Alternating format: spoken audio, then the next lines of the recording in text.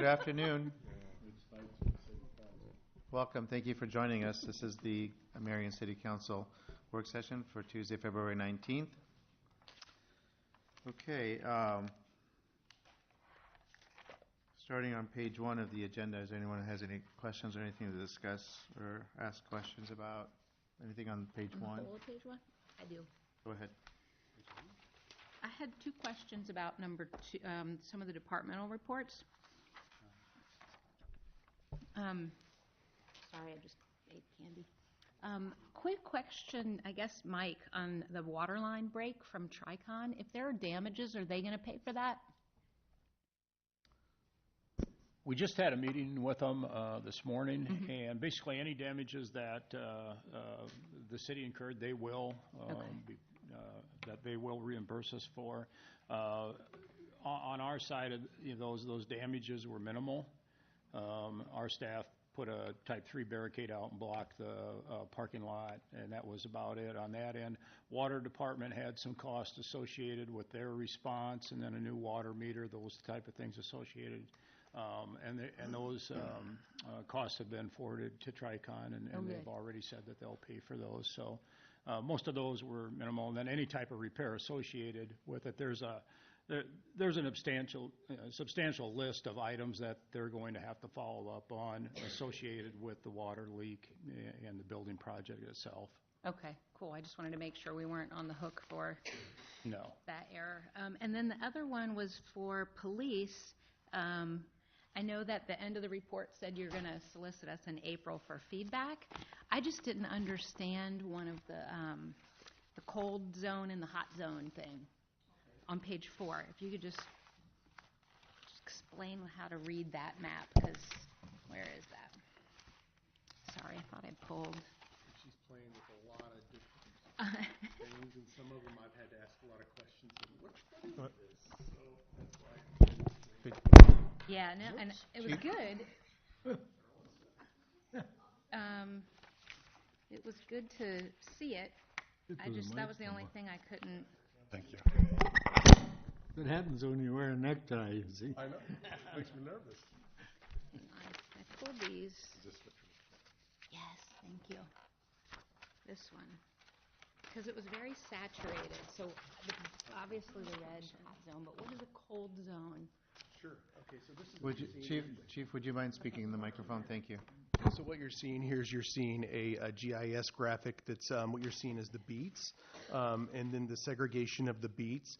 And then what you're seeing where the red colors are and the orangish colors are high densities of calls for service. And then what you're seeing is the low areas of calls for service volume for the police department are going to be the darker blues. So where you're seeing a darker blue shade, we have very, very few calls for service, but then when it gets to an orange or a dark red, that's where we have a higher concentrated level of calls for service. But if you look at this chart, it's actually kind of helpful to look at it. You can see that the red concentration of the call for service, it touches 11, 12, 13, 24, 20. It touches each one of the beats, which is what you want to see, because you can't have one beat all completely red and then one beat all completely blue. So what this chart actually tells me is that our beats are valid, and the segregation and this distribution of the workload is going to be good for us. Okay, and that was what I was getting at, the distribution of how you segregated the 6. And like where it says 5, 12 calls, and then there's a number, another number by it. That's how many calls in this time frame, which is let me double check that. January 2019, for example, where it says 512 calls, there were 524. And then she's very talented. She can even break it down to microbeats for us if we ever wanted to drill down. Like the mayor and I were talking just a second ago around a problem address. We can, generate the calls for services and really, sorry to be long-winded about this, but this is going to really tie into a presentation that I'll do in a few months on data-driven traffic enforcement, where we can tie our high call for service volume locations, our high crime locations, and then also tie our high traffic crash and complaint locations. And then if we do strategic enforcement at those places where they overlap, that's where we get our most bang for our buck. So, thank you. Sorry. No, that was good. That was a good answer, too. what I was hoping for. Okay, thanks, Randy. And then I had something with 4B on the barbecue rendezvous. So this happened last year. I think, didn't this used to be in Uptown, and then they moved it to Lao? Is that right? Yeah. And I don't know if they need to have this particular weekend, but Linmar and Marion's graduation is the 26th, and so we lose revenue that whole weekend of people being able to reserve the rooms at Lau Park because of the barbecue rendezvous being that weekend. I was actually personally, I went to try to get it last year because I had a graduate. So I didn't know if it was worthwhile to talk to them about the following year, trying to plan it, even if it's just 1 week out. I think that then we would be able to accommodate more graduation parties and bring in more revenues. Just a thought, but I do think we're losing. I think there are 3 different times on 3 different days, and then I don't remember how many rooms there are, like 4 or 5 rooms, so we're losing all of that revenue. And I think it's something that, we can take back and we can look at it as staff and look at it with the park board, but I think sometimes you have to kind of balance revenue somewhat against community benefit. Mm-hmm.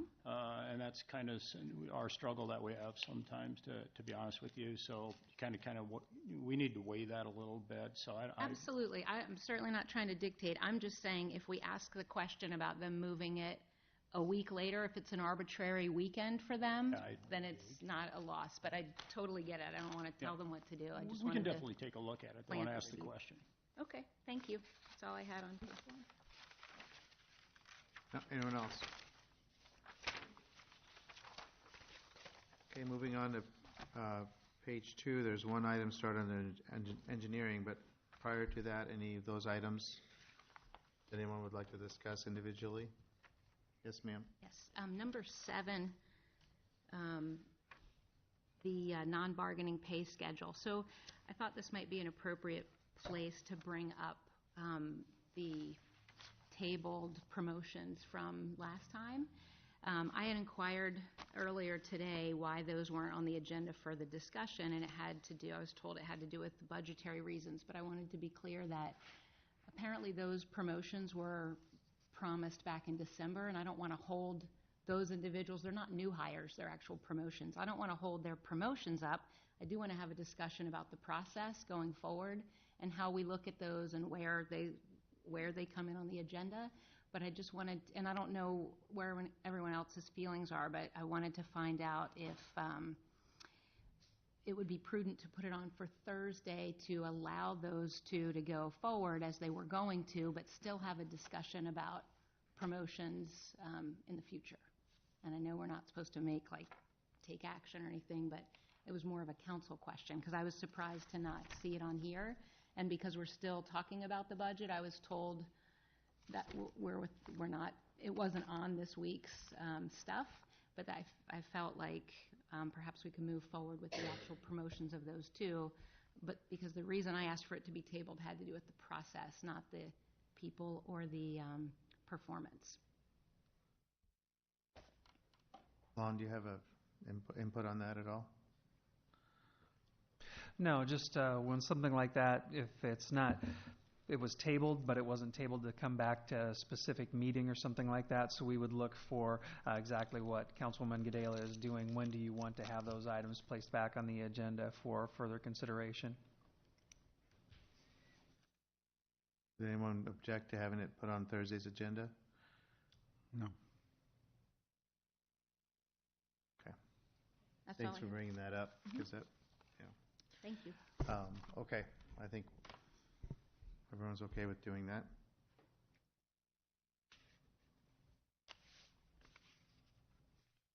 Okay, then number 2 under engineering. Mr. Barkalow. So this is a receive and file and refer to TAC. One thing I want to point out, the red dot on the picture is the requester. In this case, basically we have an old part of town that didn't have the one side no parking, and then the east side that did have the no parking on one side. If we're going to fix this, we're going to fix it all, and it's going to stir up the entire neighborhood. So I just wanted to make sure if you guys truly wanted to do this, we were thinking, I didn't go back and do the actual checks, but I know several of the previous requests that we've had, like on 3rd Street north of 29th Avenue, we had one petitioner that came in and requested no parking on one side, but we had a dozen or so people here that were against that, and because those people were here, council sided with the people that were here instead of the TAC recommendation. So I just don't want to stir everybody up if it's something that you guys are ultimately not going to back staff on it. So I can tell you right now that TAC is probably going to recommend no parking on all those streets, which means mailing to all these people. So if they have somebody that has 5 vehicles and a 2-stall garage, they're not going to want to take that parking away. So I just want you guys to realize that before we move forward.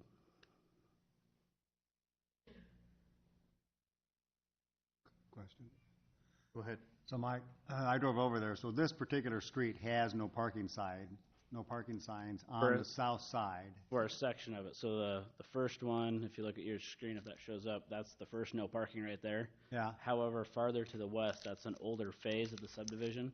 Oh, I That did drive area over does there. not have no parking. Oh, I And see. so we would extend that to basically all the boxes or parcels that you see that are highlighted in Cheyenne. And so that's where you're going to stir people up. When you have West Williams, for example, is the very northerly street, it only has no parking in this section of it. This section you can park on both sides.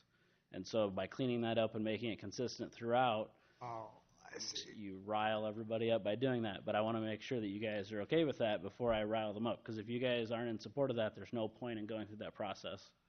Because it's not going to be beneficial for anyone. So again, define the rationale on why the parking signs are on one side. Because of the width of the street for snow removal, garbage, police, fire, it's nice to have everyone on one side of the street, especially for a garbage truck or a fire truck that's pretty wide.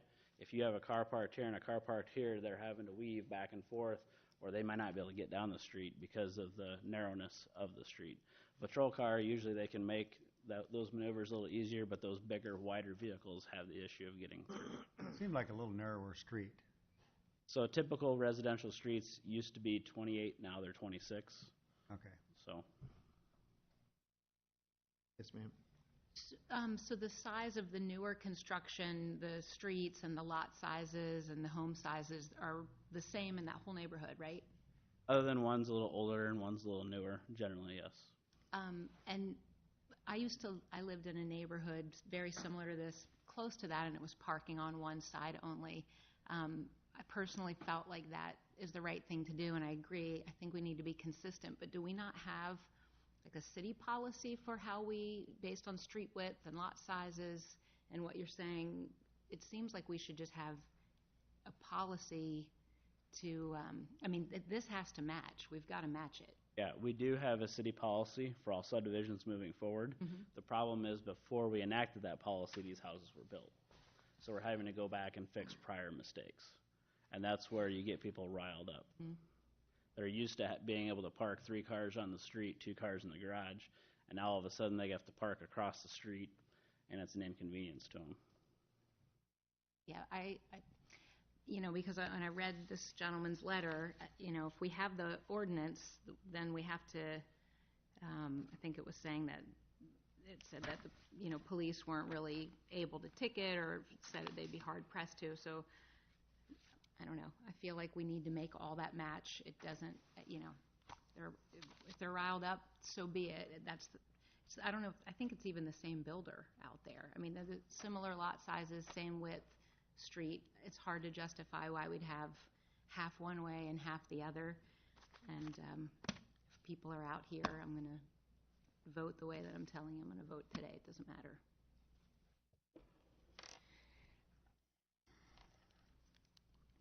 This has gone through TAC? It hasn't, but it will.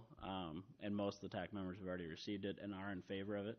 But again, until we do official mailing to let everyone know before we make the change, and that's when people show up and they say we don't want these resolutions. We've talked about it at the staff level of if one person requests it, that they have to get a petition of so many people to be in favor of it in order to fix it. We just haven't had time to write that policy. we do have a TAC item later that we'll discuss where they actually did go get a petition and talk to their neighbors. This petitioner, I did ask them to go out and talk to their neighbors, because sometimes it could be something as simple as, hey, could you not park in front of my house? And that solves the problem. But unfortunately, sometimes neighbors don't talk to neighbors.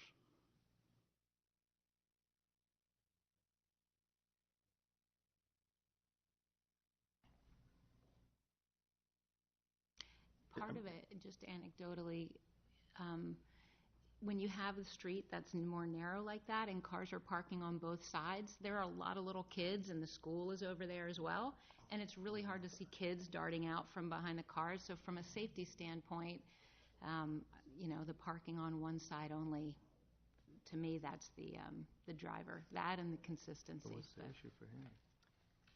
And I believe that's what the issue with the PD writing tickets is, because it's not consistent. It's hard to draw. Where do you draw that line of you can park on that side versus you can't?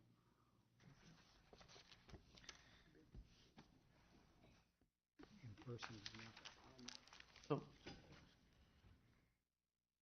what is the actual issue that this is causing this individual? I don't know what the specific issue is, other than they want people to be cited for no parking on that side of the street. But if there's no impact being caused by it, I don't understand Just from the letter, why you it sounds, change it. If it's been that way, I understand consistency, but I assume the older section, those streets have been that way since they've been I know, built. but the width allows. If they were built service today, there would vehicles only and- be one parking on one side. What's that? If they were built today, there would only be parking on one Oh, side. okay, so they're the same width as the rest of the street? They actually might be wider. It's just that when these were built, we Oh. did not have a city ordinance that said only parking on one side. I understand, okay. But if that street, if the older section has 28-foot wide Yeah. streets, when I drove down past that, it felt kind of narrow. I'm on a little wider street, and you can just feel the difference when you drive down. And especially in the wintertime now, it felt really narrow because of the snow coming out from the curb a couple feet on each side. So if somebody were parking on one side, and depending on how they parked, I think a larger vehicle would have an extremely difficult time getting through that street, whether it's an ambulance, a fire truck, or garbage truck. All of those would have a difficult time depending on how they were parking. Certainly in the wintertime, and maybe even, I would guess so, in the summertime. So, if it's I look at it from the standpoint of, is it more of a safety issue than... And unless we identify a safety issue, then, I don't know that you want to necessarily make a change because the person requested the change without the person expressing what kind of hardship it's causing them or what the impact is on them, or And that's the just letter because that- someone says, I want this changed, one person, without a petition from the neighborhood, without, you know what I'm saying? Unless That's why I'm asking you for have that identified a safety issue, people could ask for all sorts of things. Right, and that's why I'm bringing this up, because I don't want to go down that road if you guys don't want to go down that road. So, I just have We one need- more question. yeah. I thought you said that the road width was the same as the older section. Do you It's know? within a foot. It's what? It's within a foot. Okay. Because, Mr. Fullerton says at the bottom of his letter, I don't think he really ultimately cares one way or the other, but he's saying either add signs, remove signs, or tell the police to issue tickets. But he's asking for the consistency, but I don't think he identified a safety issue. So, yeah, I don't know. And I'm okay with I'm not sure I'm a strong believer in one person speaking on behalf of, I agree. a couple hundred or 300 households either. So if he wants to get more supporting it, I'd be fine with that as well. And I have sent him an email asking if he was willing to talk to his neighbor and get a petition. I have not got a response back. So what I would recommend, council, is if you don't want this to go to TAC and to notify all these property owners, I would change this to just receive and file and not refer to TAC. Because if it gets referred to TAC, we're going to go down this road of notifying all these people.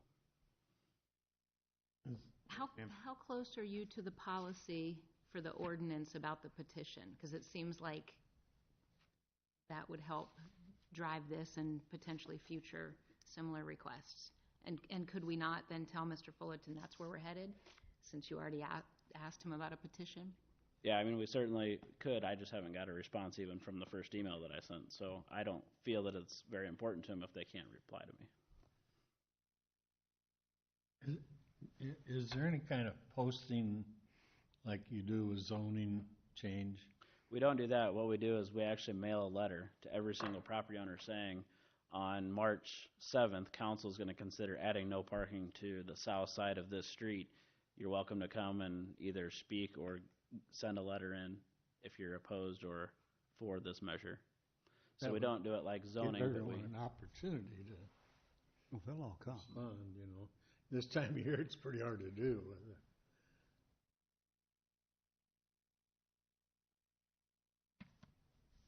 Yeah, personally, go ahead.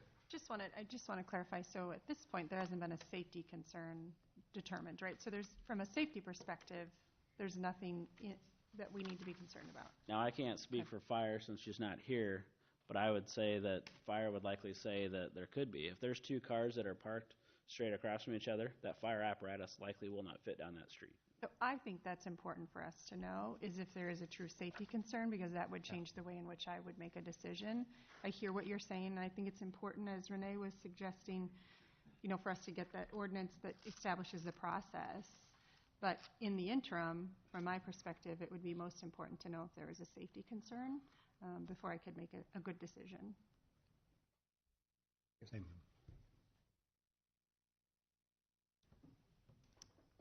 Okay, so do you want me to put it on the regular agenda so you can change the resolution? You may leave it how it is, or? I think it needs to be on the regular agenda. Okay, we'll move it to the regular agenda. One thing I would, Mike, and maybe you can clarify, but there is a large majority of the neighborhoods in the city have parking on both sides. The older parts of town, yes. This is not an oddity. I would say that we've only had the 26-foot wide street and the no parking on one side for probably 5 years. I don't remember when we enacted it, but So, just for a point of reference on that. So there is a large majority of the community where parking is permitted on both sides. So That's helpful. Yep, Yeah. you bet. I can appreciate their concerns. I live in a neighborhood where halfway down, it's parking on one side, and you get down to my neighborhood, it's both sides. It's sort of a pain. I hear him, if that's what he's concerned But about. how is it a pain? It's That's what I'm trying to get It's to. a pain because you have to wait for traffic coming one way to go around the two cars. And with the snow right now, I think there probably is a safety concern. I'm not sure that a large fire truck could get through there with the snow. But it's just an inconvenience because now I have to pay attention to the cars oncoming. So you have to wait. Okay, I that's what recognize needs that. to be Yes. brought out, I Yep, think, when we I need recognize to that consider. piece. But, as Tom said, majority of the city has parking on both sides, unless there's an actual identified safety concern, or the whole neighborhood's, or Behind it. a large percentage of the neighborhood's behind it. I just don't, philosophically, I don't think that just because one person, and I'm sure that's all well meant and everything, but one person requests something that, we need good reasoning behind it, behind decisions, so, okay. all right, so I'll move it to the regular agenda. Thank you. Anything on the next two items the last two items on page 2?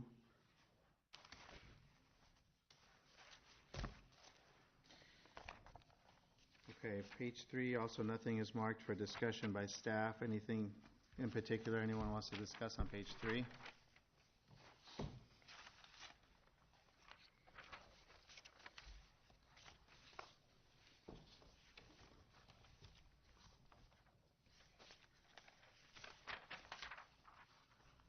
None? Okay. On to page 4. This is under City Manager's Office, numbers 3 and 4. Yep. So these next two items are recommendations from the Marion Civil Rights Commission. for awarding funds through their inaugural year of their grant program. Yep. In order to apply, organizations needed to provide a program that impacted and assisted individuals or families in Marion that were facing housing instability. So the chair of the Civil Rights Commission is here, Brett Nellis, so he wants to talk to you a little bit about the two organizations that will be funded through this grant program. Welcome. Thank you, Amanda. Mr. Mayor, City Council members. My name is Brett Nellis. I'm the current chair of this Marion Civil Rights Commission, as Amanda said. And these two grants that were submitted will be very beneficial to those people in Marion who may be experiencing homelessness. Or in the case of Marion, we don't see that as much as maybe in Cedar Rapids with people hanging out at the library there where they get warmth during the day. In Marion, it tends to be more of a case of people doubling up in a neighbor's or a friend's or relative's home. So these two grants are intended to assist those people or other people within the Marion community who may need some additional assistance in terms of counseling with Willis Dady and Waypoint, or a little bit of assistance in terms of helping with utility bills or with their rent assistance. So it's a case of what we're trying to do is help prevent people from being out on the streets and to help those people who are in the need of some type of assistance. And these two grants were well written and were really deserving of this grant, and it would be beneficial to them and to the community. So when these funds have already been put in place and under your commission's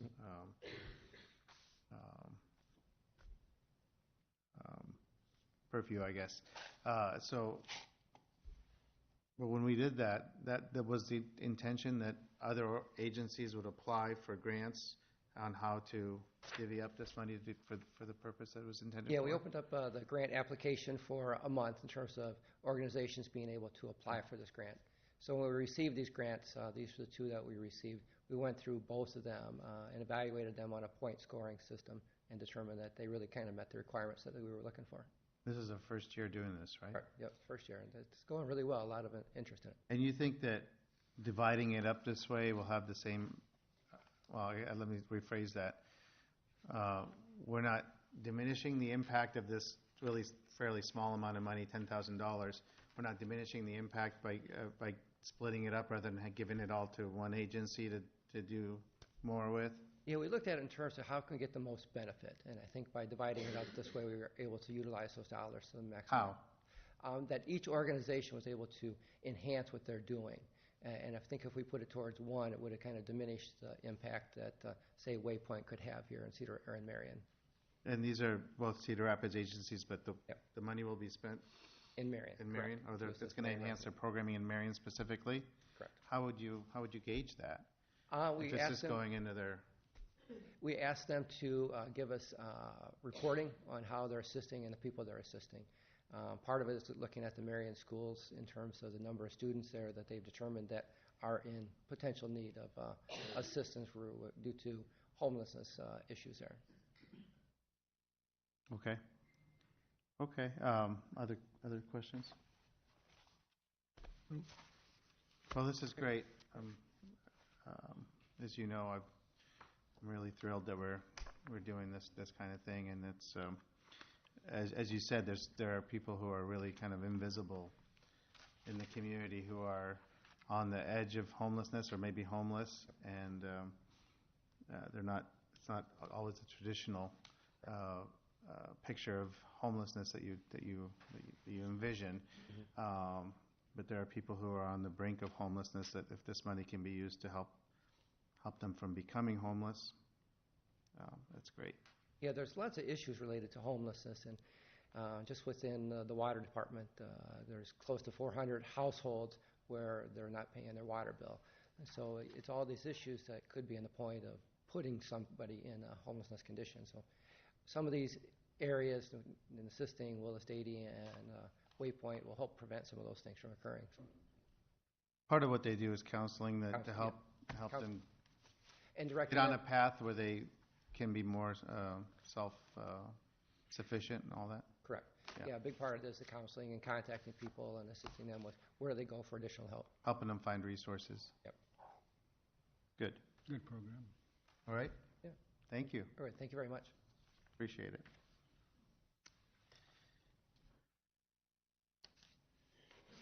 Okay, the rest of page 4, any specific items on that?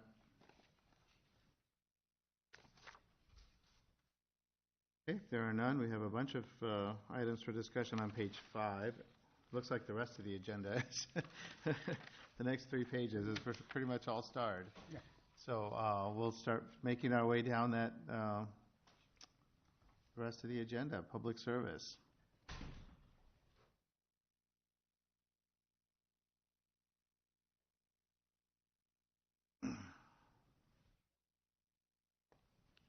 You off?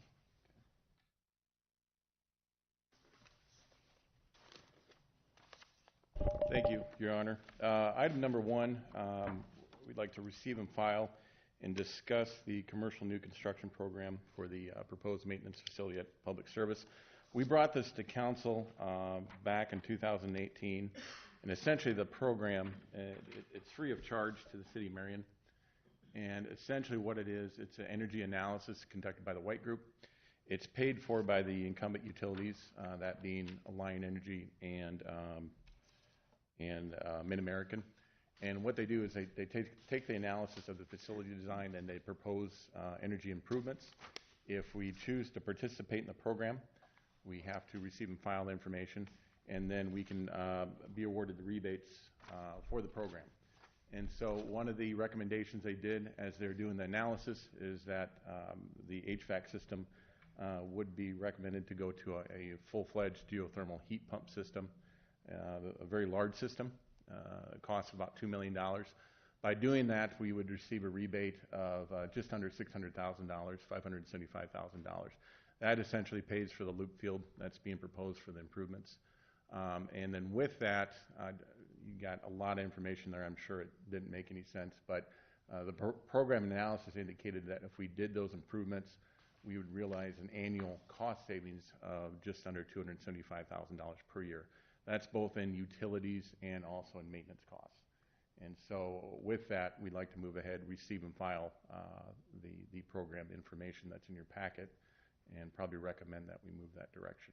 So I can go into more details about the program itself or the systems that's being proposed, but we're going to wait till March to go do a full-fledged overview of the proposed improvements. Questions? Well, I like the comment. I mean, when you look at the annual ownership savings, that'd be about a 5-year payback. Yep. After you subtract the rebate from the $2 million. So on a project of that scope and size, a 5-year payback is pretty nice for also having an extended life cycle. So to me, that's a pretty good trade-off. Yep. And this is one improvement we didn't plan on when we started this process. It just worked out that way. That's why they do this. That's why they're hired to do this. So. Okay. Okay. I think we're good. Good on that one? Yep. On this next item, I'm turning over the gavel to Mayor Pro Tem. Okay.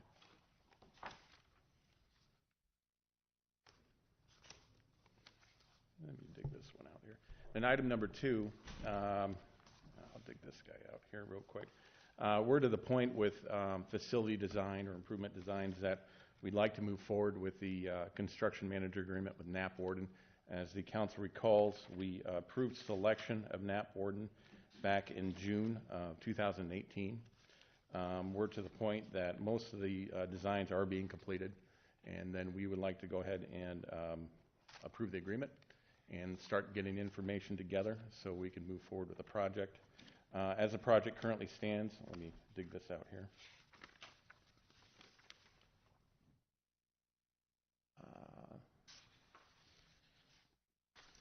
Current project in the CIP, if you reference that, right now slated for just under $11 million. And again, we'll go through that, but they'll be the principal construction managers for the project. Instead of doing a general contractor like most public improvements, they come in, they act as the advocate for the city. They work hard to do a lot of design improvement processes, and they have up to this point. We're anticipating if the council wants to move forward with the project, we'll be able to do so this spring. So, any questions with that? Ryan, what we have here obviously in front of us is a marked up draft. Do Yep, you? the final draft, Rachel has the final draft there, but the marked up draft, I thought I'd include that in the council, that way you can see all the work that went into it, the details that we took in, took out. Any major changes to it, though, between this and the draft, or the original, or what will be the final draft? No, everything you see there that's marked out, you'll see in the final draft. If you want to see that, go ahead, and Rachel has that, but we thought it'd be good to see the changes. Okay, very good. Any other questions for Ryan? I have one. Is the tent still holding up with the snow? One of the major events we had about a week ago, we had that 8-inch snowfall, actually ripped the tent apart, and so we had a crew come down. You already approved repairs of the tent, and if you go out there, it looks a lot better. We actually put new panels on the tent, and so it's stable now. Blood pressure's down a little bit, but it's stable. There's not a lot of insulation in there, but it'll get us through. So it's holding together. Thank you. Very good. Thank you, Ryan. Okay, thank you. I will relinquish the gavel back over to the mayor.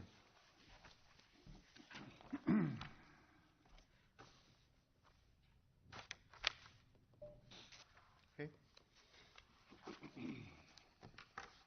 Engineering. Do you want me to discuss the email that you sent me or not?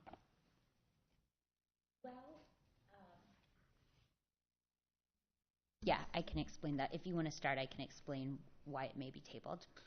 So this item, on Thursday, we'll have a public hearing. So this is the extension of Winslow Road at the very north of the city limits. So the west side of the road was developed as part of the development.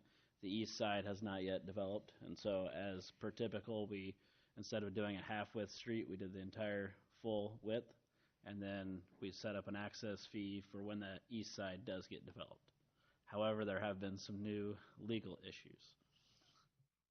Yes, there was a Court of Appeals decision last year that calls into question whether or not we can validly put these fees into an ordinance as opposed to in a contract with a developer. I mean, if they agree to pay these fees, then obviously they're valid. But the issue in some of these is that there's no developer, and so we have to determine whether or not we can put these in and have them binding on a successor and interest to that property. Or we may have to do it as an assessment. Go ahead. What's our other option if historically we put it in an ordinance and then assessed it later, so what would be our option?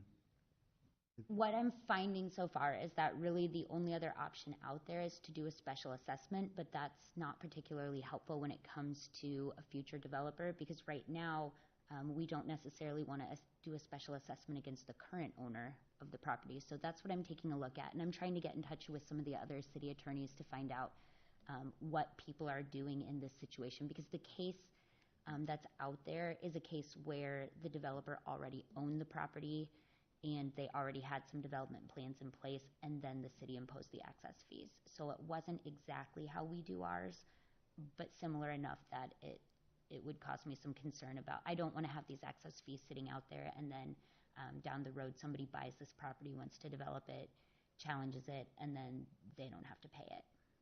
So is our issue that on the east side it's just farmland and not being a developed area or potentially developed? That is a bit of a bigger issue, because if it was already something that we had somebody interested in developing or somebody owned it, we could work that into a contract as opposed to having to put it in an ordinance and have it just sitting out there. So that's where the biggest issue comes into play. But it's a really new case, relatively speaking. The Supreme Court declined further review just last fall, so I don't have a lot of idea how this is going to be applied. I also have not heard back on whether or not there's going to be any proposed changes to the state legislature that would kind of remedy this for us. So I did recommend going forward with the public hearing, so that we've already published notice. We should have the public hearing, and then if we need to pull back, we can do that. This is still done in 3 readings, so we could still do the first reading and then just stop, because it's not enacted until you do all 3 readings. So potentially in the future, is this going to stop us from doing the process we just did, which is finishing both sides of it, and, Yeah, it could mean we start building half-width streets again. yeah, which is ridiculous. Yeah. There's got to be a way to be able to manage this as a city better. That's a big discussion among municipal attorneys right now, Okay. right All there. We're not alone in this at all, and so I would not be shocked if this ends up a big topic for like League of Cities and what they do for their, yeah, so we'll see. And we're not in a hurry in this at all. We could do the public hearing and the first reading on Thursday, and then we can just wait and do the second hearing, the second and third reading later to give legal time to do the research as well. The property owner to the east, we've notified them that, we're going to apply this access fee to them, and we can just wait until we actually enact it. It's not like there's a pending deadline that we need to meet. And from what I understand, the ones that we already have that are already ordinances that have been established are good, because we have millions of dollars that we would be reimbursed or not reimbursed if they were no longer in effect. Yes, the ones that are already in effect, they're past the time limit for being able to challenge those. So those are fine. They can't go back and challenge those. The issue here would be, how would this apply to a future owner, and would notice start over at that point in time for that future owner, based on the fact that it's a published ordinance? Maybe not, but if the ordinance is invalid to begin with, then that's where we're not entirely sure how this is going to be applied.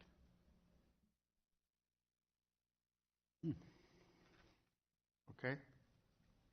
So, I would recommend having the public hearing because we've noticed it in the paper, and then we could either table or have the first reading of the ordinance on Thursday, and then we can figure out where to go from there. Okay. Any concerns or questions about that recommendation? All right.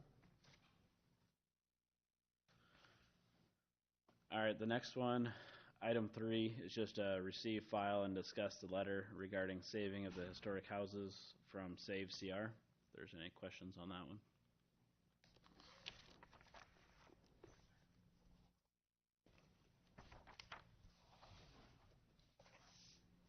Not. Okay. So item 4, 5, 6, and 7, I'm going to combine them all. We can talk about them all at the same time. So we'll have a public hearing on Thursday, so the public can give their input. And then basically, City Council has 3 options. And so we're talking about 520 12th Street here. Option 1 is to go with the Joe Hill proposal, and I don't want to take his thunder that he's going to come here on Thursday and give a presentation. So he'll be here to discuss his project of what he's proposing to do. He has properties that he has already acquired, and he's planning on moving 5 buildings all to one city block and doing a redevelopment. But at the same time, we went ahead and got 2 other quotes. One was demo with salvage of bricks and demo without salvage of bricks, so that you had an idea of kind of your base cost anyways. And that way you could use that number to evaluate the others.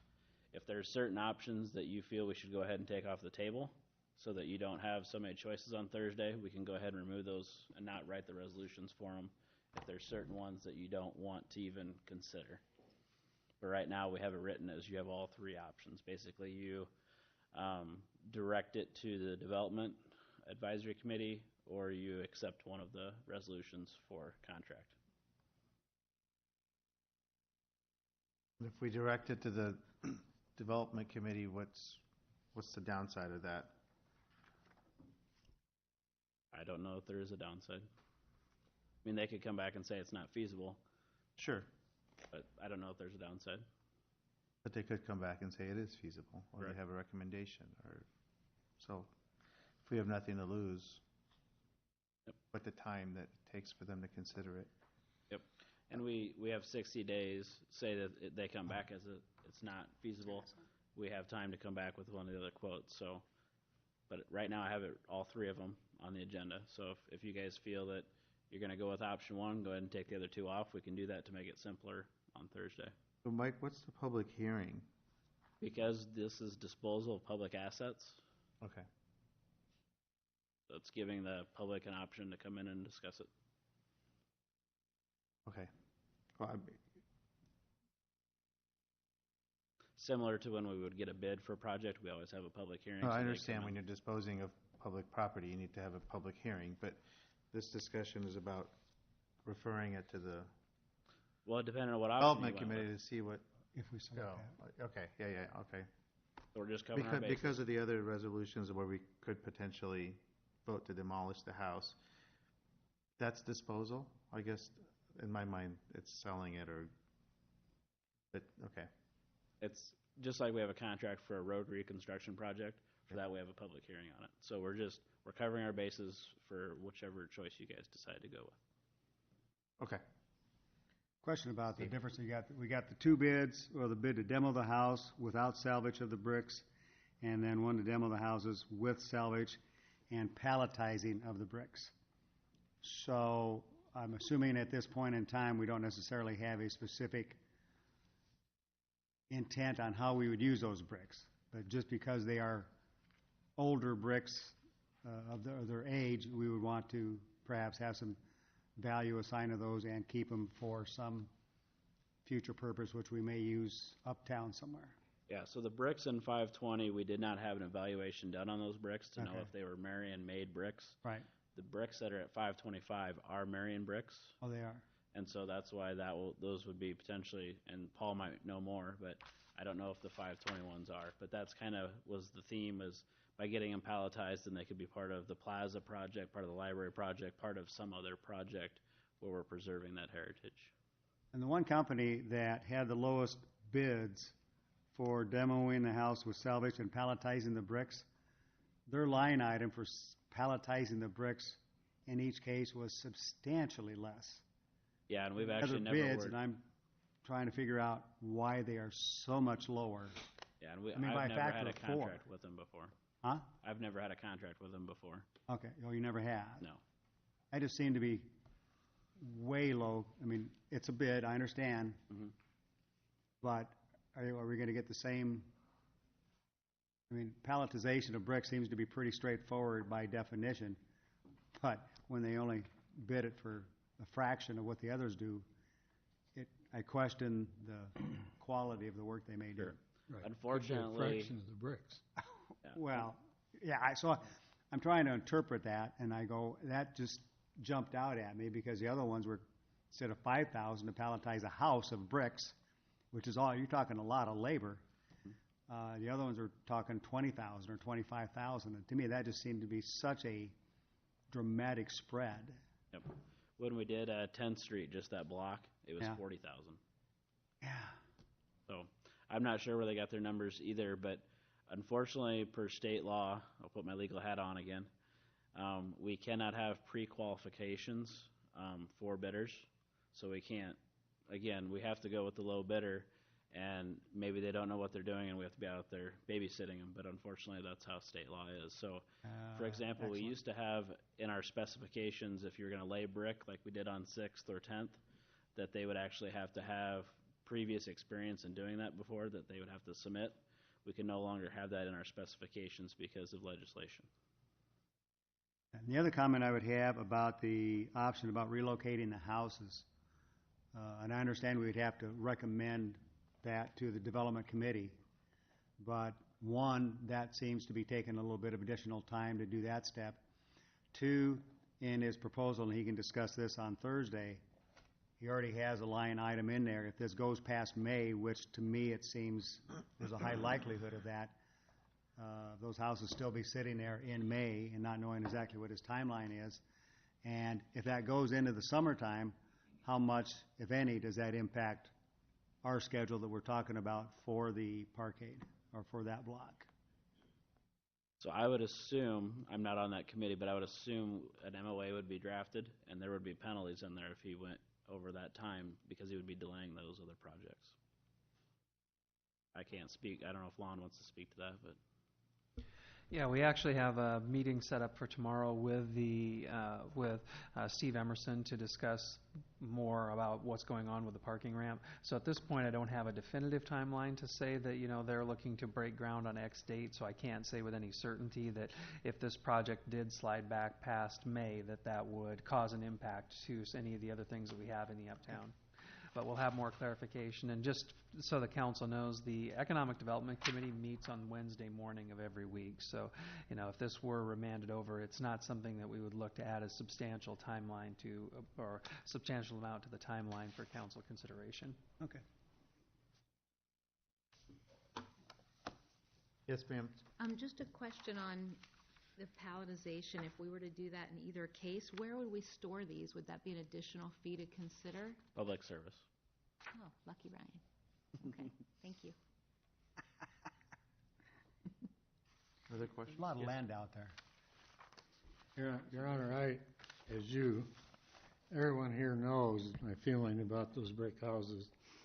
I think it's the most exciting thing that's happened in a long time, especially the possibility of what we would do with a whole block over there.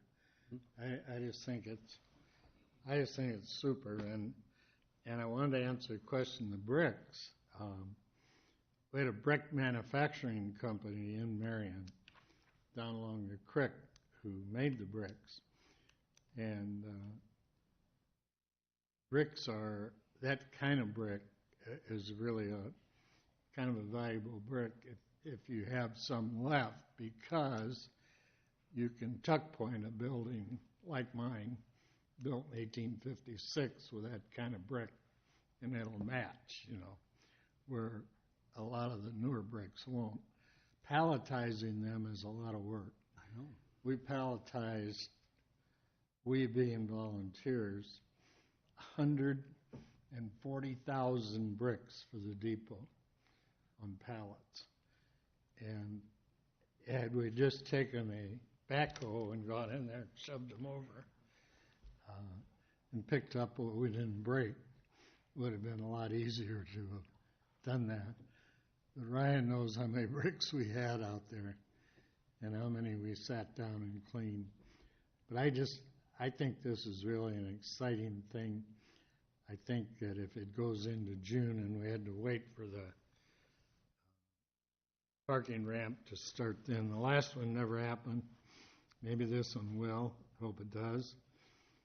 But I think it's just a really exciting time to think what could happen here and how we could save a portion of all of those houses.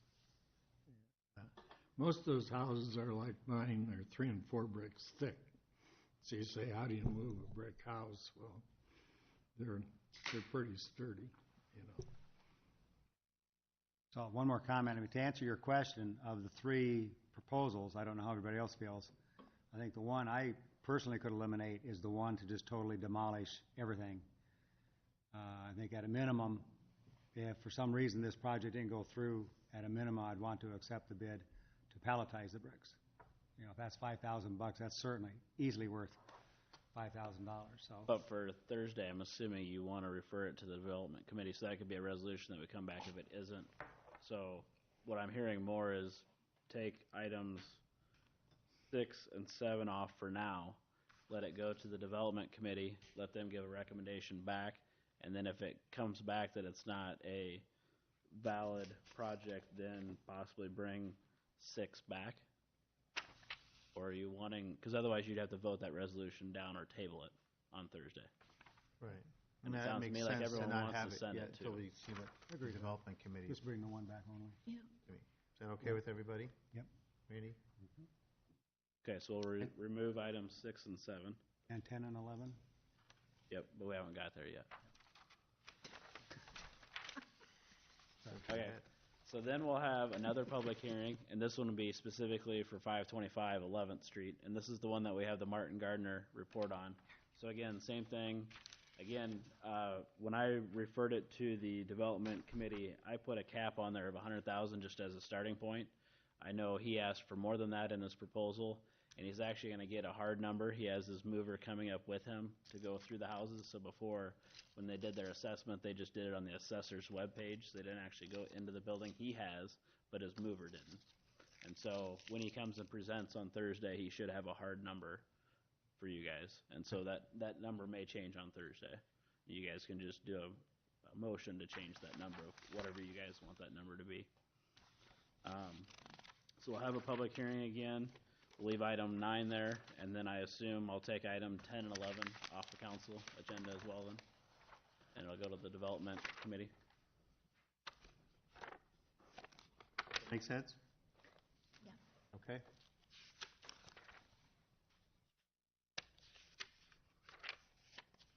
All right, any other questions about the House proposal? Again, I don't want to take his thunder away when he gives the presentation on Thursday. Flying in from California. Yep. Oh, okay. Thank you. All right, item number 12 is the engineering work program. So the one that's in your packet is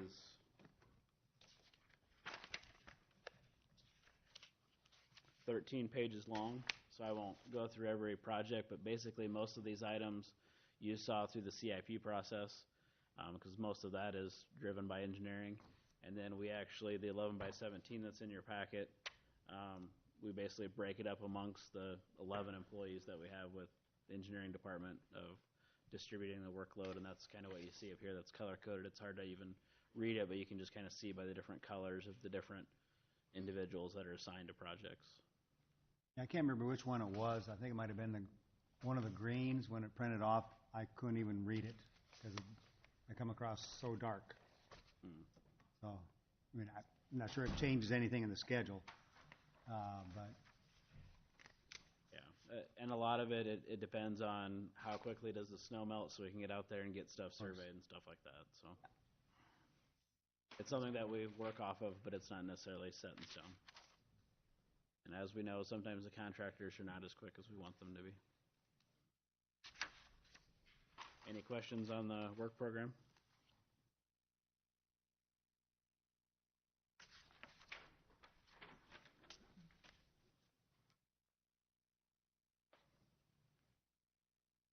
All right, item 13 is then our first CIP project. So this is our sanitary sewer maintenance project. So this is going in and taking out old brick manholes and replacing them with concrete manholes. This is particularly important as we switch to a flow-based agreement. Right now, as you can imagine, there's a lot of infiltration in that manhole with groundwater getting into it with all the cracks that are in there. And then there's also some point repairs, which actually mean we dig up the street in a certain section where maybe a pipe has settled and there's a belly in it. And so we have some issues there where public service has to go out and jet that line a lot because stuff gets stuck at that low point. And so that's actually digging up the street. And then there's a new manhole where some pipes come together right now. That's the new manhole westerly of 115 First Street. And for that one, for whatever reason, back in the day, they didn't choose to put a manhole in there. So public service can't get to that location to clean it. So by adding a manhole in there, then they actually can get in there, jet it, camera it, and maintain the sewer system. So there's 9 new manholes replacing existing manholes, 1 completely new manhole, and then there's 2 sanitary sewer spot repairs that are fixing the actual line.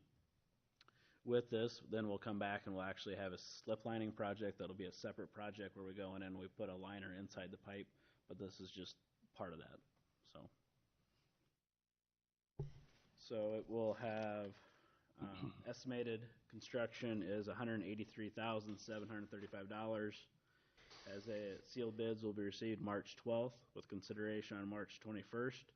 Work shall begin no later than July 22nd of 19 and completed within 40 days. And then there's liquidated damages of $300 per day for each calendar day in excess of those schedules.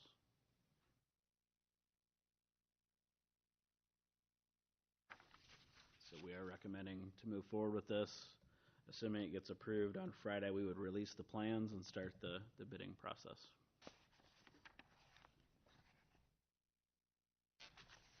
Questions?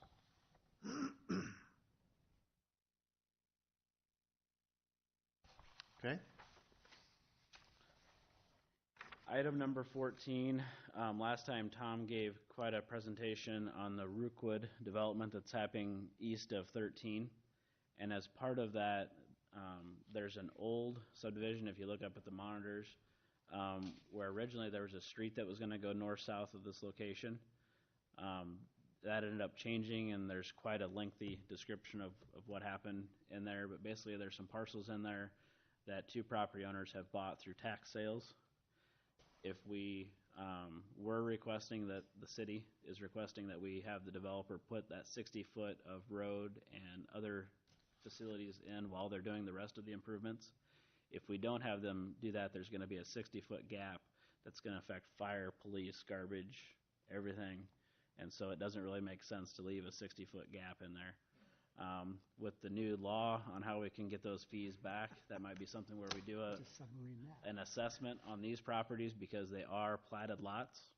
And so we could go ahead and do a special assessment on these, I'm assuming. And they're only about $10,000 a piece. So it's not a huge amount of money. But that connection, I don't know anybody that would not want that connection to be put in there. But to make the developer put it in without us paying for it, I don't think it's fair either. So our recommendation is to move forward with MOA with the developer to get that section in with his improvements. Question. Yeah, go ahead. So Pele does not own these 2 lots, He does not own these 2 lots.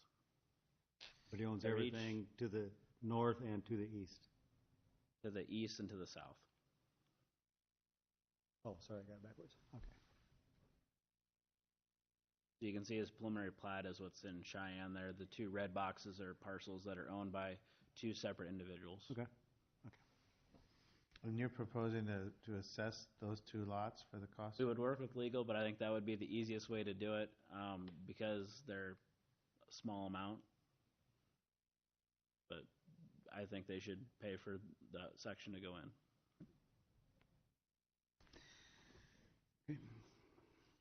And they are big enough lots that you could build a house on. It wouldn't be a very wide house, but per the setbacks, you could fit a house in there.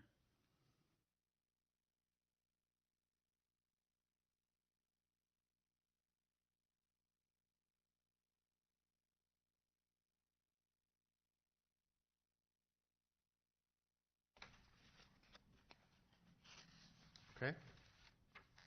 So what are you looking for from council? So it would be item number 15 is motion directing staff to negotiate an MOA with Rookwood Estates regarding installation of improvements along Robinwood Lane to fill in that gap.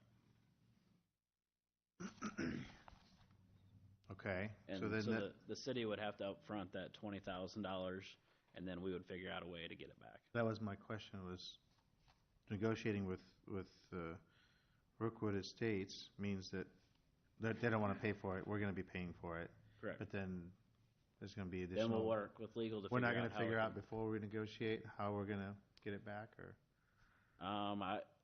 I think we can find a way to get the $20,000 back.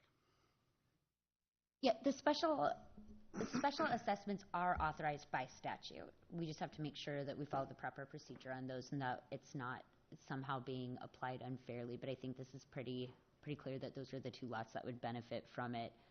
One of the issues in the case is that the fees were only being applied to undeveloped and not developed properties, and so that was another issue in the case that came down. But a special assessment is authorized, so that's not changed by this case.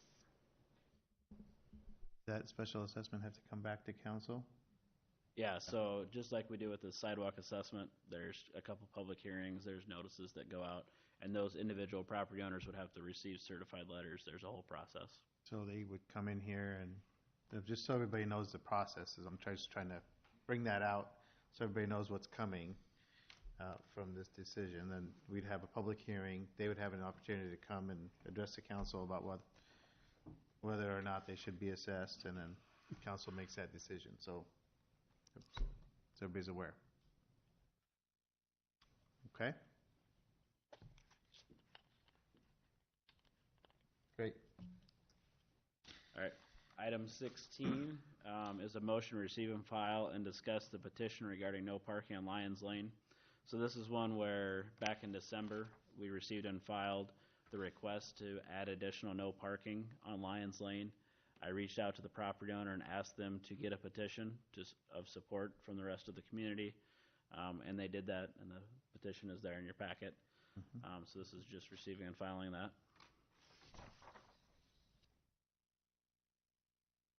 Any questions on that?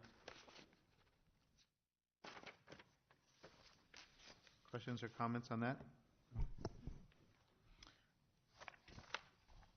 Next. So then item 17 is motion to receive and file and discuss the TAC report. So TAC is recommending that we extend the no parking that is currently there all the way through the cul-de-sac bulb.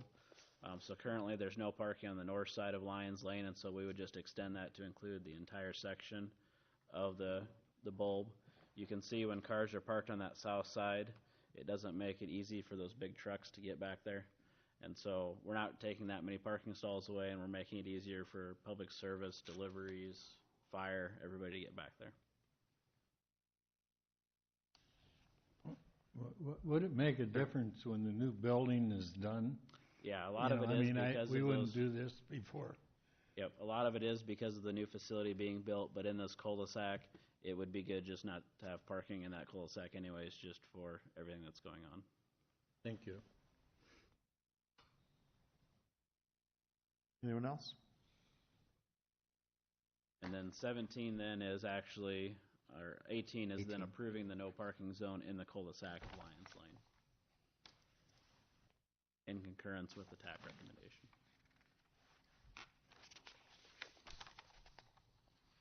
Okay. Number 19, so going through the CIP process, it was a little difficult to try and guess and assume when developers were going to come forward and want to get reimbursed for a street where they're building the full width and the city's responsible for the rest of it. And this isn't necessarily where we add an access fee. It could be something where they're building Tower Terrace and they only have to pay for 26 foot wide, 7 inches thick, and we're paying for that extra thickness and width. It could be a trail, it could be water main, it could be storm sewer, sanitary sewer, anything that we're making them oversize for someone else. What we're trying to do is get an application put together so that we can have those going into the budget session, so we have an idea. And again, the developers may not know. A lot of times they buy the land tomorrow and then they want to develop it the next week. And so this isn't going to eliminate all the issues, but at least it would give us an idea of, hey, there's $5 million worth of requests. We only budgeted $1 million. So we either needed to say, developer, we're only going to budget $1 million for this, and you're going to have to wait for other years. Or that way when we go into budget session, we can say, look, there's $5 million. Do you guys want to budget $5 million or not? So it gives us something to have that discussion. And then typically when it's time then for them to get paid for that amount, they basically give an itemized bill to Darren, and he has to go through it and see if it makes sense. And this way there's an application that they actually fill out. And so those are the drafts that I put in the council packet.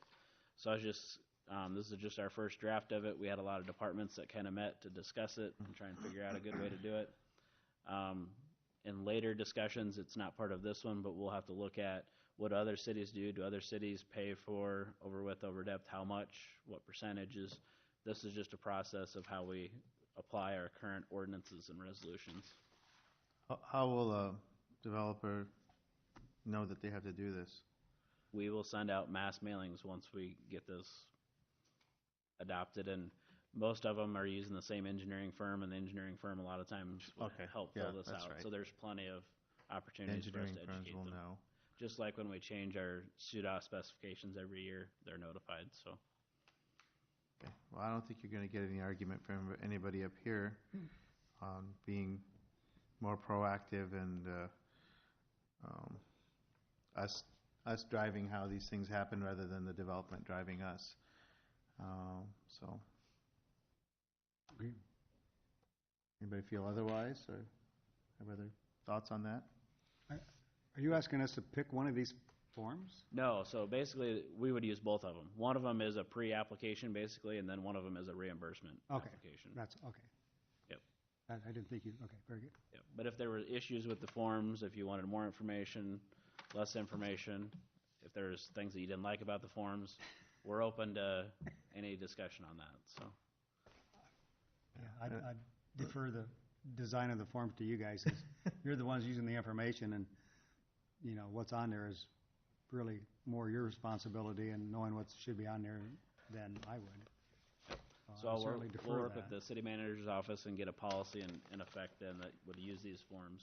Yeah. And then we can start working on some other policies on petitions. Well, And, you know, I mean, this is also helpful to the developers because really it's uncertainty is, you know, or being surprised about something is what, you know, makes people upset or, you know, catches them off guard or they didn't know about it. So this way everybody knows and they fill out an application and then they know, then, you know, they're able to know what the likelihood is that they would get the reimbursement or when they would get the reimbursement so they can do their planning. And I think it's for everybody's benefit. It's great. Yeah. All right, that's all I got. All right. Thanks, Mike.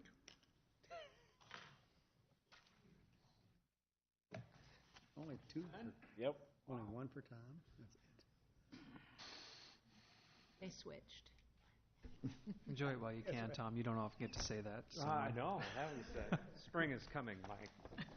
Light duty, Tom? Yeah. So the item that's on the agenda is resolution approving the site plan with terms and conditions of the agreement related to the ordinance rezoning the property. I think that council is pretty familiar with the property. This is the West End Development Project on the south side of 6th Avenue, west of, I think it's west of 9th, and between 8th and 9th Street. You got the information in your packet. I think council's seen a couple different renderings of this project in the past. This is the one that's, this one did come through Planning Commission. If you recall, in January, there was a previous exhibit that came through that was withdrawn at Planning Commission, and then a revised was submitted that you have before you. The Planning Commission did review the project, and they are recommending approval of the project as identified. Just to walk through, this one's marked up a little bit, but you'll kind of see the general layout. So 9th Street here, 6th Ave, and 8th Street. You can see there's a number of tenant spaces. The building is set back. The back alley would be access to the rear of the properties. This is the home on the corner of 8th Avenue and 6th Ave, or 8th Street and 6th Ave that's been redeveloped. There's not a tenant in there currently, but I think they're looking for a restaurant user, and I think they're being rather selective about that as they move forward. So the tenant spaces are small. They're about 800 to 900 square feet, and I think there's one that is a little bit larger. It's about double in size. The concept is that they can get maybe smaller businesses in and occupy the spaces until they can get into a larger space. And I think there was Annette had placed a document in the packet or provided to the city that kind of explained her,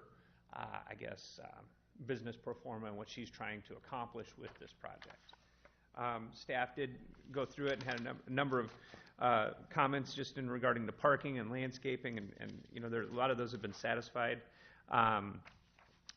The building elevation and the material, you know, there's brick, there's some limited stucco, but I think that's primarily to accommodate artwork, and then there's some stonework along the bottom part of the building, and I think even the backside has hardy board siding on it instead of a vinyl product, which is nice to see.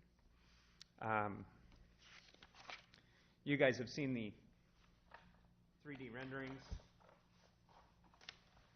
I know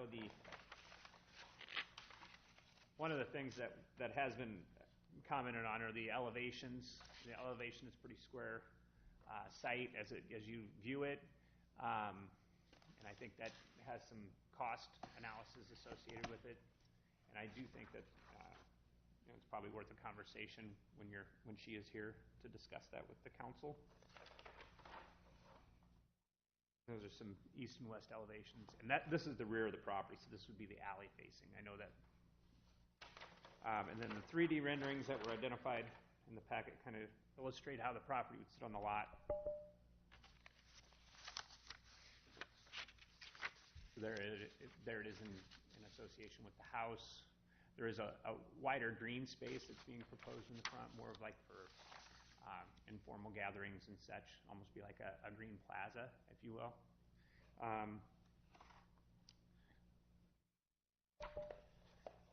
There's kind of an angle looking to the west as you'd come in. A little closer up, you can kind of see the different materials, the stone on the bottom, some brick, and then the covered walkway. Not exciting, but every project has to have a back end. It's the way it works. But that would be your alley, and there's some parking that'd be provided along the alleyway. There'll be parking in the alley, you said? Yeah. The parking on this, you'd see some. Nick, may I ask a question? Go ahead. While you're there, Tom, where's the dumpster? Where will that kind of stuff go?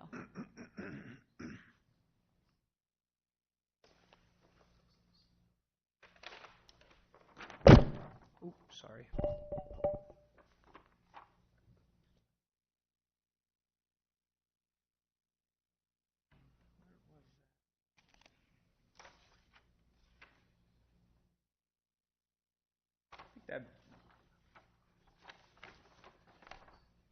I didn't know if I missed it or if she's just got it covered very I'm sorry. cleverly. She probably does. It's on the south side of the alley. Who's the architect? Cindy here. Do you know who the architect? Okay. He owns properties in the vicinity as well. I don't know if she owns this property directly south of the alley. But No. I think she does. No. I think she does too. So as a part of the rezoning, I think there was concern when that original site plan came through and the elevations and such, and so that was what brings us to this point. The rezoning was placed, but there was a desire for the council and the planning commission to review a formal site plan with building elevations before it moved forward. What's it zoning now, Tom? It's C2.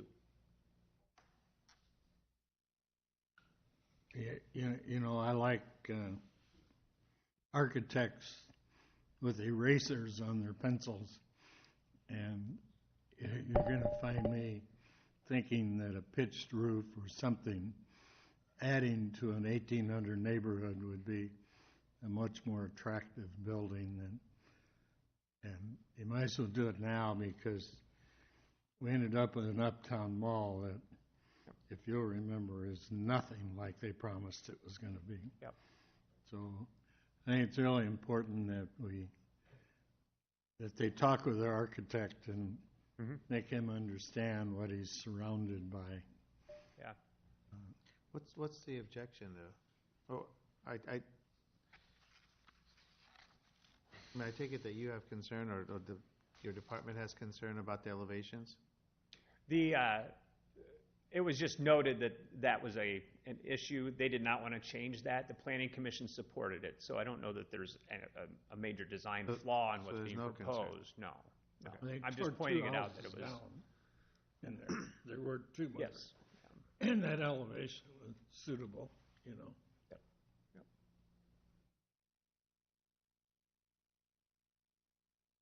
Yes, go ahead. From her first design that she had 3 separate buildings. Beside the old house, for the new section, she had 3 separate buildings.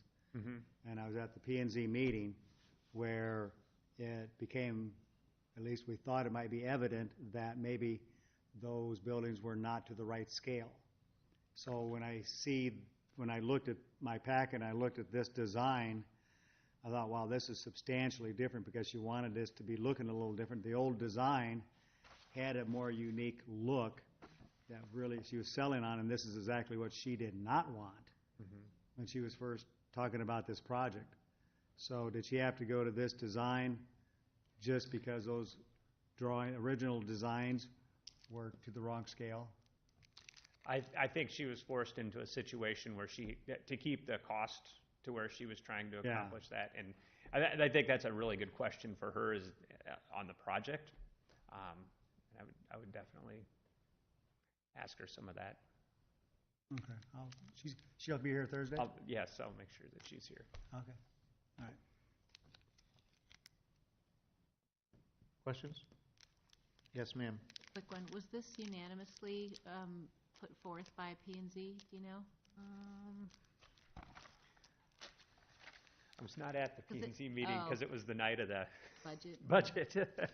But That's okay. I usually do, I don't see it, but I do recall that I think it was overwhelmingly. Staff would have indicated if there was any controversy when I got there. But I can find that out before Thursday, obviously. Just because based on, Steve jogged that in my mind, it was really different. We were talking about the facade on the, was it New Pioneer? Like, things were looking really quite different than this, so I was just curious if Correct. P&Z really pushed it in this direction, or... Yeah, she had withdrawn her request at P&Z because she realized that the buildings were not the size, and Councilman Jensen was there, and I think there was an assumption that they were about the 800 to 900 square feet, and then they turned out to be much, much less. This is within the overlay district? This is not within the design overlay district. So the material placement would be consistent with it, though. The materials being placed on the. Does this, in your perspective as the department head, does this fit with what the vision is for the development of this central business district? And yeah, I think we've run it through our review process, and I think it's consistent. It's got the plaza. It's got a nice little open air feel to the front of it. Yeah, I understand. I like what she's trying to do. So retail's become very hard, very difficult. So creating these smaller spaces that don't create a lot of overhead to give small businesses a chance to survive, I think that's a very good thing. So I like what she's trying to do. I just want to make sure that, this fits into the bigger vision of,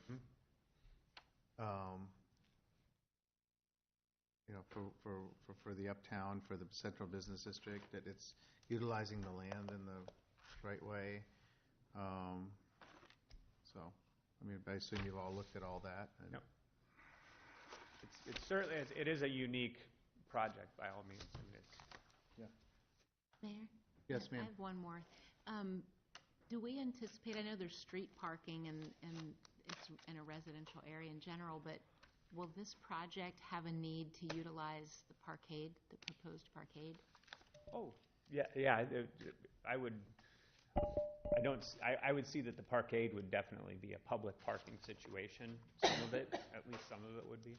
Because I know she wants people to be able to bike to this and walk to this, but she had also indicated some of the types of businesses that I don't know that some people would be able to do that. So some of this would have that need as well, I'm thinking, for the parkade. And there is street parking right in front of it, right? Correct, yep. Yeah. Where it says 6th Avenue on the drawing, there's on-street parking. And side street as well. Yep. Okay. Doesn't sound like there's too much concern about it, or everybody's okay with it? Okay.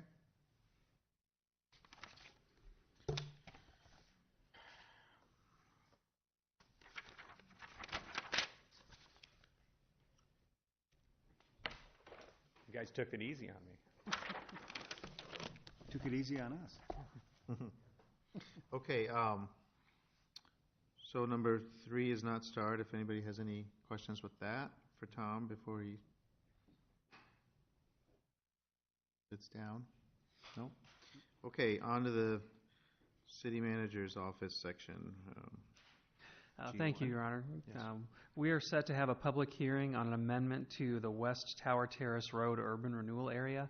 This is not one that we have done a lot of projects in, but it contains ESCO, and we did the extension of Tower Terrace Road out through this area. And so what the urban renewal amendment does in this case is there are a couple of projects in there, both of which have either a public investment component or a public ownership component in the case of the fire station. What this provides for is that as an urban renewal named project, the council's not required to use tax increment financing to support these. In fact, in the case of the fire station, it says that we do not intend to, but it allows you to use the urban renewal process for issuing the bonds. So this is what provides for a reverse referendum option for issuance of those bonds.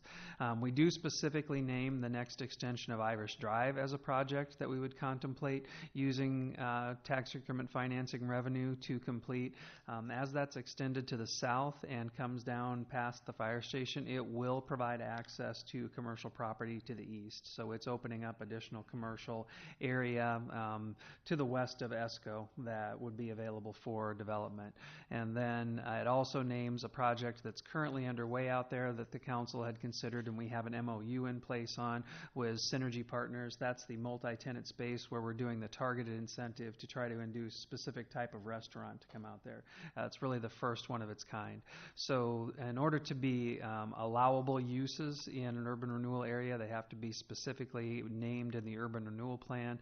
We normally stack these all up and then do them all at once. So this is the accumulation of several different projects all being brought forward at the same time. Okay. Does that make sense to everyone? You say west, you mean west of the new bridge we're going to have to build? Correct. Thank you. Okay. So then there's a resolution after that that would be voted on. Okay. And then the last two items are library discussion, I guess the library and then budget. So are we in library next? Okay. Good evening, everyone. If I may interrupt you, I have to turn over the gavel to the Deputy Mayor Pro Tem here. Oh, he's back. Okay. Randy's back.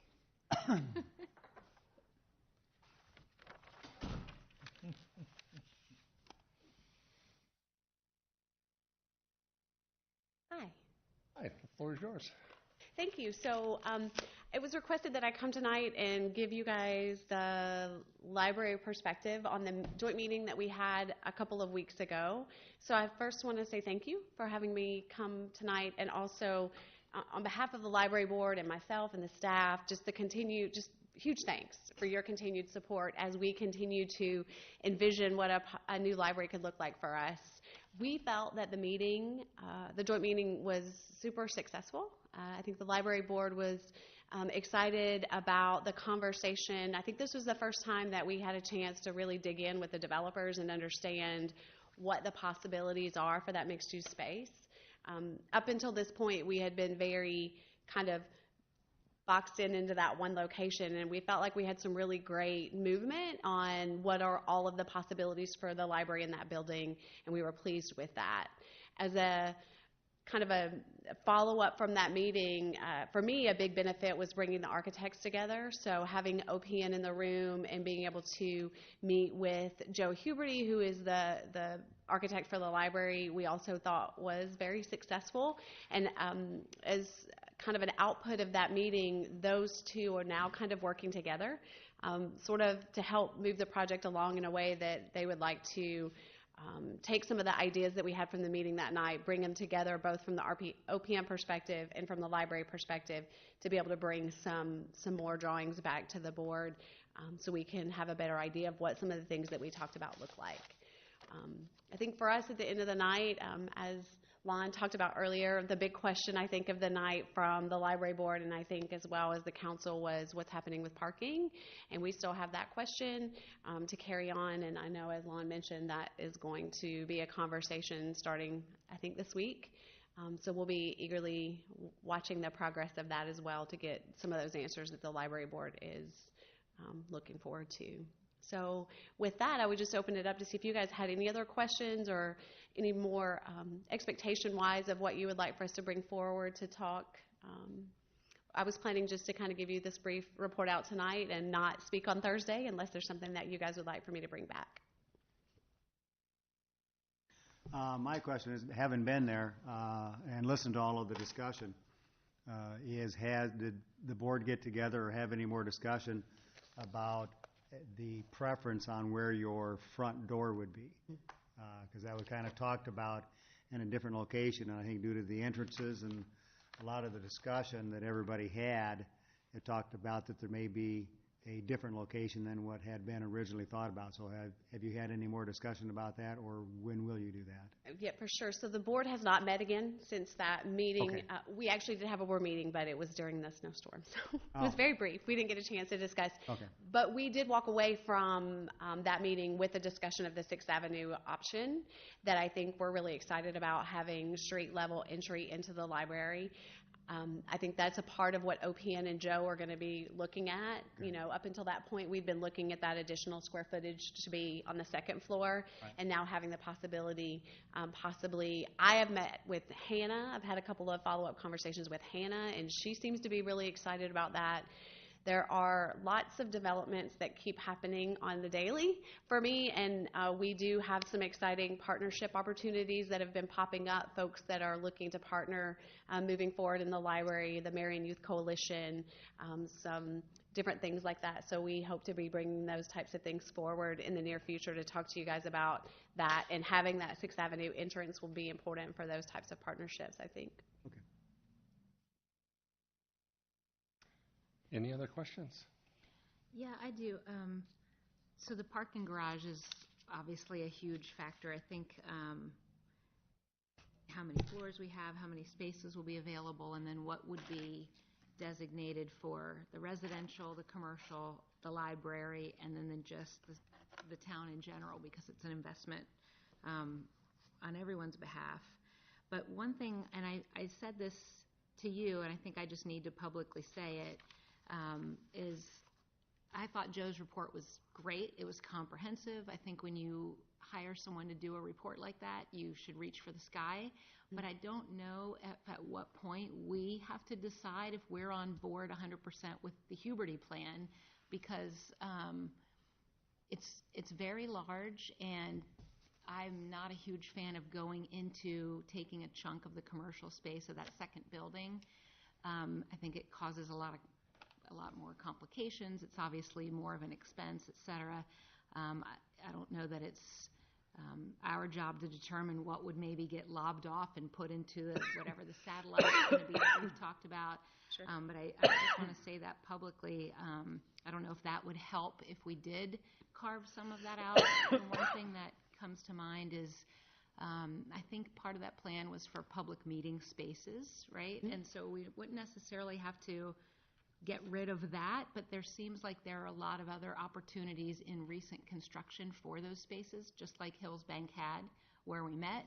I know Lenmar worked that in, and so, you know, I just want to put that out there because I think that financially this is a big ask,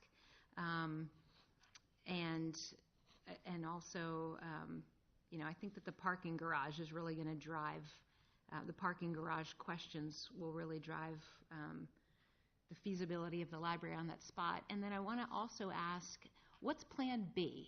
If the library weren't able to work out there because parking was an issue, deliveries and dumpsters and trash and all of that is an issue, accessibility is an issue, is there another site that has been discussed or talked about that if it weren't to be there, because I don't think, Lana, are we definitely 100% there? I know that's what we've been talking about, but have we signed stuff that says the library is definitely going into that building? Or if it weren't to be feasible, if there were too many compromises that had to be made for what the city wanted out of the library, is there a Plan B site that we could talk about? Well, a lot of it, as you've been saying, really comes down to, is the parking ramp a feasible project? When we last met with the developer, we really outlined the financial resources that the city was going to be able to contribute to that under the context that the developer was going to do the parking ramp with a retail component, so there's some taxable value created there, but then also redevelop the existing library site after the library was able to be moved. If that project doesn't move forward for whatever reason, and that affects the feasibility of the library on the other site, that block comes back into play. And so conceivably you could look at doing a library in between City Hall and the existing facility, which has many of the same characteristics. You know, you build the new building, they don't have to do temporary quarters, you move. There's even the possibility that the library could be integrated into a parking structure, but it does kind of change the whole concept. And I know that's one of the struggles for folks is they're looking for definitive answers, they want specific timelines. This is still the project development stage for something like this. The developers have to be able to come to us and be able to show us, yes, we can do this, and here's how it's financially feasible for me to be able to do this project. The developer on the parking ramp has been going around and talking with different financial institutions to see what is available out there in the market for them to be able to bring that project forward. We'll get an update on that piece of the puzzle tomorrow and kind of know then what the next step is for that. Okay, and I have to say, being at that meeting as well, and it was a 3-hour deep dive meeting. Everyone is certainly being cooperative and trying to make, from the library standpoint, your board, council's all in and invested in the project, obviously, and city staff, and Genesis. So I think that the really good news is that everybody really wants something successful to happen, but it just kept coming back down to parking. So when will I know you said you're meeting tomorrow. Will we then discuss this again on Thursday, or will this be a future agenda item to hear how that goes? I would expect it would be a future agenda item. I don't know exactly how much of an update we're going to get tomorrow. The developer's been actually out of the country, so we need to see where they're at with the project, what those next steps are, and then when we'd be able to bring some more concrete information to the council. Okay, thank you. If I might just respond to a couple of the things that you said. So as far as the space goes and the Huberty project and the all-in that we're asking for this particular space, completely understand. We are flexible as well in how the library is broken up and where we serve in the community. For us, it comes down to operational cost. And we've been asked as we move forward to really keep an eye on operational cost. And so trying to get everything that we can out of one location is best for us from an operational cost perspective. Obviously, every time you add another bricks and mortar building and have to put staff in there and utilities and all of the equipment that goes in there, that really changes our budget as it pertains to operational cost. And then just kind of perspective on the meeting room space and the things that we're asking for in that building. You guys are going to start to hear quite a bit of a campaign, so to say, a kind of a new message coming out of the library about what libraries are today, and we talked a little bit about that night, but I floated a new concept by the staff today that says the Marion Public Library where community happens. And libraries are not just a place for books, a warehouse for books now. Lots of different things happen in that building. We have supervised visits happening with parents and their social workers and their attorneys. We're partnering with the social services community, and we plan to do a report out on our homelessness response team here at the next council, so you guys can hear a little bit more about what the Civil Rights Commission brought forward. About our Encore Cafe, and we are doing food pantry types of things. So there are lots of things that are happening in the library that we took into account with coming up with that space and the meeting room space. We did cut back even more so from what Joe originally brought forward. So I think we'd want to have a good bit of conversation about what space we would take out of that and how we would break it up, because we really feel like that is the right footprint for Marion for library services moving forward, along with the mobile library that we're hoping to have along with that. So just as a response, I certainly respect your perspective, and I'd just like for us to continue, as we have been cooperative, to have those conversations and understand what that footprint looks like and what we plan to do with that footprint. I would also say that as we continue to go along, we are planning, we have a foundation meeting tomorrow. We're looking forward to a feasibility study to do the private campaign for the private funding that we'll need to move forward with the project. It may seem early since we don't have a project, but it's an 18-month process. If we could start from the start to finish, there's probably about a 6 to 8 month kind of quiet phase in the feasibility study and in a campaign phase. So we're going to move forward, and we have kind of milestones set in our project plan based on the decisions of the council of how far we'll go with that feasibility study. But we're definitely going to start doing our planning ahead of time so we'll be ready to go once we have decisions. Any other questions for Holly? Any questions? Thank you, Holly. Thank you very much. Please note, I'll turn the meeting back over to the mayor. Okay. Okay, one final item. Yep, just wanted to give the council an update on where we are in the budget process. We have submitted the public hearing notice to the Gazette and to the Marion Times. The property tax rate in the published notice will actually be at $14.23, so it's about, I think, 0.8 of a cent over where we were last year. The budget does presuppose the revenues for the 4% franchise fees. One of the things that we got more clarity on in visiting with the utility companies is if franchise fees are enacted, when those would actually start to be receipted by the city. So those numbers have been put into the budget. We do have the requested officer positions in there starting later in the year. There are still some options available for the council that can be done subsequent to the public hearing, and so we'll be sending a memo out with more detail and the options that have been that you still have for what can be done with the budget after that meeting. So I didn't want you to be surprised if you see just something just show up in the newspaper that the public hearing notice is out there. But in order for us to meet the statutory timeline for more notification being out between 10 days before and 20 days before the public hearing, we had to get it out to the papers. But overall, pretty happy with how everything is shaping up right now. It seems like it's reflective of the council priorities that we had as discussions during the budget sessions. There's just a series of final decisions that you'll need to make that can be made after the public hearing. Questions or comments? I just have a Yes, quick ma'am. one. What did you say the franchise percentage was going to be? Somebody coughed and I missed it. Oh, it's reflected in the budget as a 4%. So 4% and it's a 0.8, like the tax rate is going up. Yep. 0.8%. Yep. I had one question. On the other day, I asked, and only because of my curiosity, I noticed Hiawatha doing a number of things because their TIFs have all expired and they're getting a lot of tax money. Do we have some of those coming that are going to give us some more money? We have some that are 9 years old, I know. We have some that are going to be expiring. Better or worse, a lot of our earlier ones were smaller. So you will see some of those start to come off and start to impact the general fund.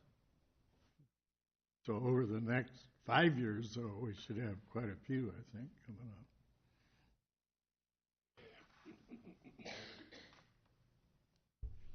Yes?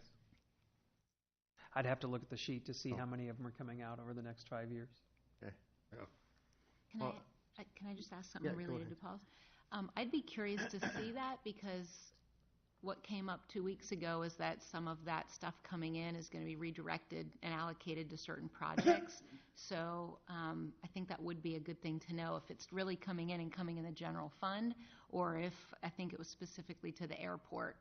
It looked like TIF money coming in was going to go and fund that. So I think that, yes, it's coming in, but I think we have to look at if it's already dog-eared to go right back out. I'm going to have some big expenses over the next 10 years. Right.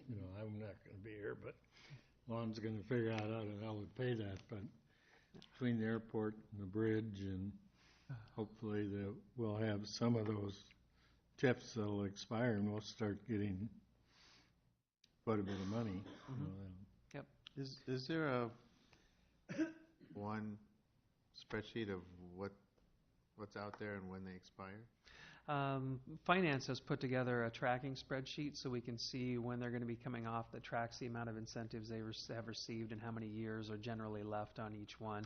It also then would show some of the ones where we're using it, for example, to retire debt would be listed on there too.